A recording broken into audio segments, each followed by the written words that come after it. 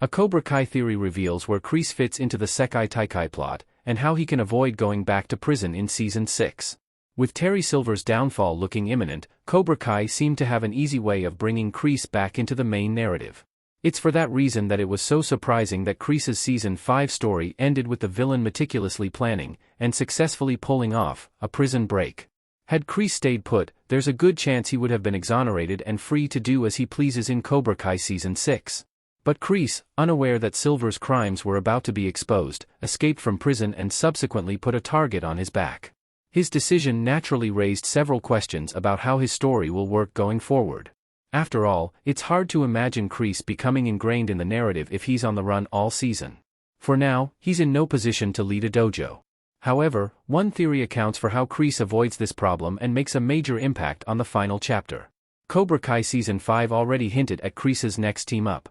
When looking at what Kreese's future is in Cobra Kai, it's important to consider that the show has already teased a potential ally for the character. In the same episode where Kim Daeun was brought into the picture, it was strongly implied that Kim would be open, perhaps even eager, for an alliance with Kreese. The first thing she wanted to know upon meeting Silver was where Kreese was. When Silver mentioned Kreese's legal troubles, Kim called the news disappointing. Clearly, Kim came to the valley expecting to build up Cobra Kai alongside Kreese. It was clear from the start that Silver was never a fitting or ideal partner for Kim. She pointed out right away that she wasn't impressed with Silver's extravagance, which was a key part of his strategy and style.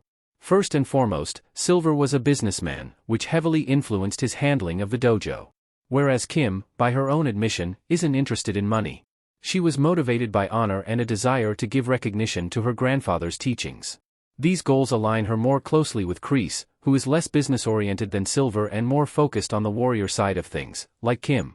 What's more, a Cobra Kai Season 5 flashback supported the notion that Kim holds some level of admiration for Kreese.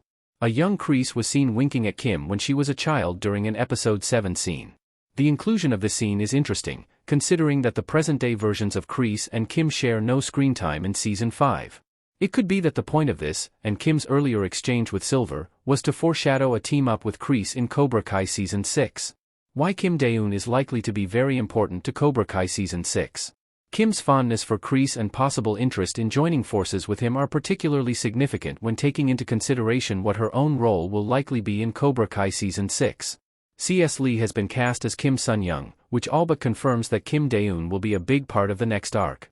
As Kim Sun-young's granddaughter, she represents his legacy. Lee is 52 years old, indicating that his scenes will be set in the past. If his history as the founder of the Cobra Kai style is still relevant to the overarching narrative, then it's all the more likely the person trying to keep his teachings alive will maintain a major presence on the show.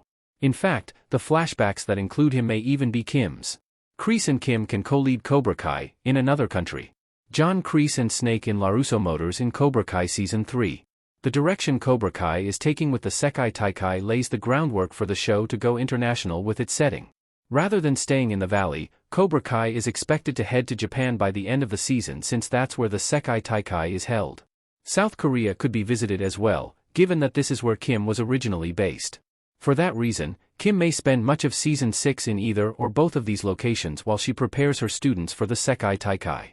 Winning it was her goal in Season 5, and it likely still is after Terry Silver's defeat. Because of the setup for Kim to align with Kreese, it's possible that she'll make efforts to get him out of the country. How she'll accomplish this could be complicated, but not impossible. If Kreese can get to South Korea or Japan, Cobra Kai will have fewer obstacles in the way of Kreese training students. He'd still be wanted for his crimes in the United States, but under a different name and without many people aware of what he's done. Once overseas, Kreese should be able to operate as a sensei with limited interference from authorities, Johnny, and Daniel. Teaming up with Kim can make Kreese's Season 6 main villain. John Kreese sighting and eating in jail in a scene from Cobra Kai.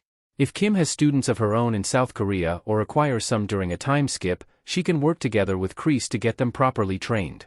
Potentially, Kim and Kreese could act as co-heads of a dojo, which, as noted above, may have been what Kim wanted from the start. As for what the dojo may be, it could be an international, reinvented version of Cobra Kai.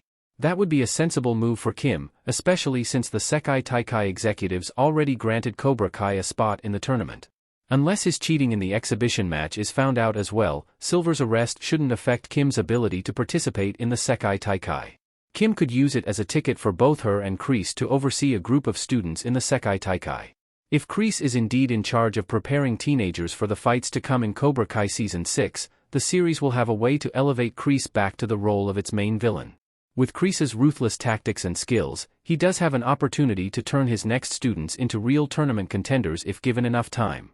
Kreese taking this route and making Cobra Kai the biggest concern for Daniel and Johnny's dojo would be an appropriate way to set up Cobra Kai's final karate tournament, and in turn, the end of the series.